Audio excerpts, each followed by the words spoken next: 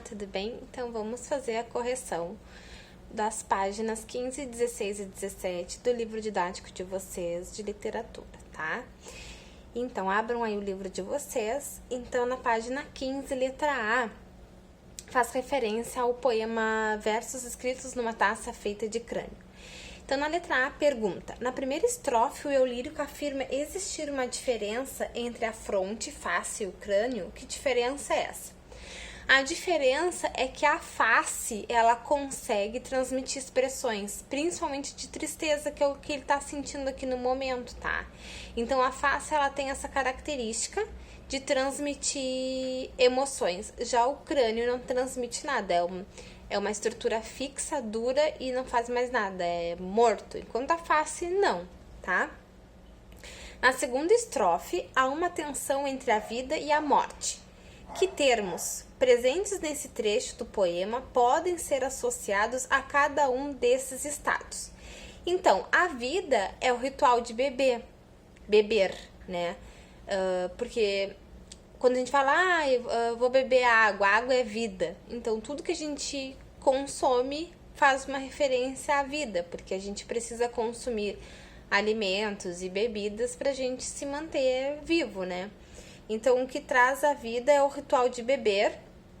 Também tem aqui o ritual de amar e também a morte, porque basta estarmos vivos para morrer, né? Então, que coisa bem antiga, né? Mas é isso. E a morte a gente tem o quê? O verme, que é aquele bichinho que vai lá e come as carninhas da gente. Bom, C. Na penúltima estrofe, há uma indicação de que se pode aproveitar a vida, pois tudo acaba em morte. Qual é o verso presente nessa estrofe que sintetiza essa ideia? Sintetiza é que diz de uma forma breve. Então, tem o verso que diz assim: bebe enquanto puderes. Então, esse verso é o que indica que tudo acaba depois da morte. Depois que a gente morre, a gente vai beber? Vamos comer? Não vamos, nada disso faremos. Então, bebe enquanto tu podes, tá? Qual é o significado da referência a outra gente feita pelo eu lírico? A outra gente diz respeito a outras gerações, tá? Aquelas pessoas que já passaram, que já foram ou que estão por vir também. Então, são gerações futuras ou gerações passadas, tá bem? E encerramos a página 15 e vamos para a página 16. 16 a gente tem um outro texto, bem grandinho. Aqui a gente tem um texto em prosa, em poesia, agora a gente tem um texto em prosa. Que é desse maravilhoso do Edgar Allan Poe. Eu amo Edgar Allan Poe, é muito bom. Letra A. Em que situação se encontra o narrador personagem do texto? Como que ele está? Ele está bem? Como é que ele tá? Ele tá se sentindo como? Tá se sentindo incomodado. Incomodado por quê? Porque ele tá sentindo uns zumbidos, ele tem algumas coisas ali que não tá fazendo ele bem. Então, ele tá... É como se esses zumbidos, essas coisas que ele escuta fossem vozes que o incomodam. Então, ele tá se sentindo incomodado, tá certo? B. Quais foram as imagens vistas pelo narrador personagem? O que ele viu? O que ele não deixou de ver?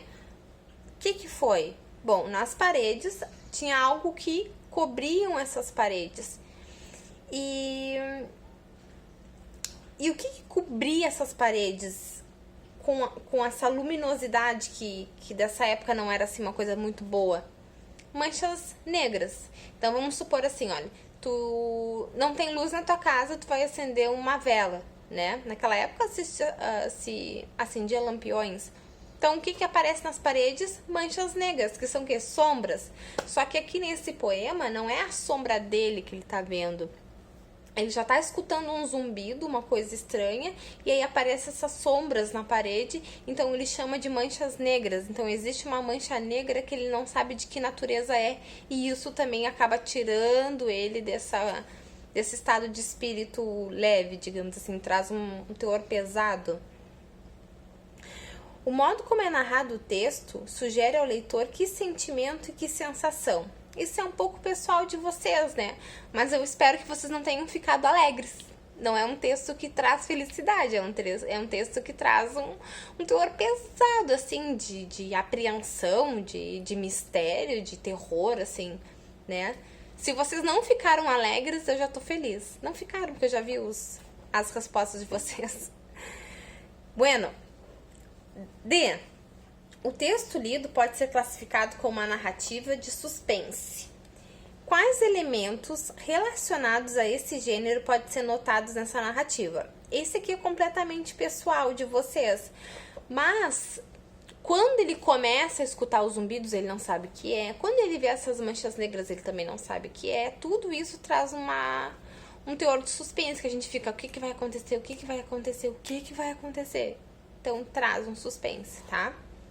Isso aí é pessoal de vocês, tá bem? E esse aí, eu vi que alguns colocaram que foi a questão de ter um animal. Não tinha como a gente fazer uma referência a um animal aqui. Eu pelo menos, eu não achei. Ele fala até de Hades, que é...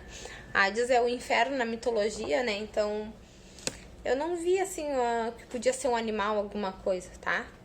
Bom, selecione das opções a seguir a que melhor descreve a diferença primordial entre o texto de Edgar Allan Poe e um texto típico da estética neoclássica, que foi aquela que vocês viram antes. Aquela lá do arcadismo, que era uma coisa leve, pura, né? Então, seria a segunda alternativa. O segundo quadrinho que vocês teriam que marcar, que diz a visão da cena centrada na perspectiva subjetiva do narrador personagem. Por que subjetiva? Porque aqui eu tenho necessariamente os sentimentos desse narrador, né? Tem uma pessoa ali dando seus sentimentos. Não é a visão dela sobre as coisas, não é como eu descrever, por exemplo, como é que é a tela do meu celular aqui pra vocês. Não é eu escrever pra vocês que aqui na minha parede eu tenho três quadrinhos aqui representando Buda, e tem um mandala e tem um pêndulo chinês. Isso é eu descrever e eu não colocar os meus sentimentos. Agora, eu colocar os meus sentimentos é dizer que todo esse espaço aqui que eu tô compartilhando com vocês, ele me traz harmonia, ele me traz algo que me leva à leveza, à subjetividade. É isso, é eu dizer os meus sentimentos. Pra mim, isso aqui me traz leveza. Pra vocês, traz um estranhamento, de repente, porque vocês não conhecem isso. Então, vocês vão descrever esse cenário objetivo. Como é que é o cenário que a tia Amanda tá usando? Tia Amanda é ótima. Eu tava gravando agora pra vocês falando tia Amanda. Como é que é esse cenário onde a Amanda tá? A professora Amanda está?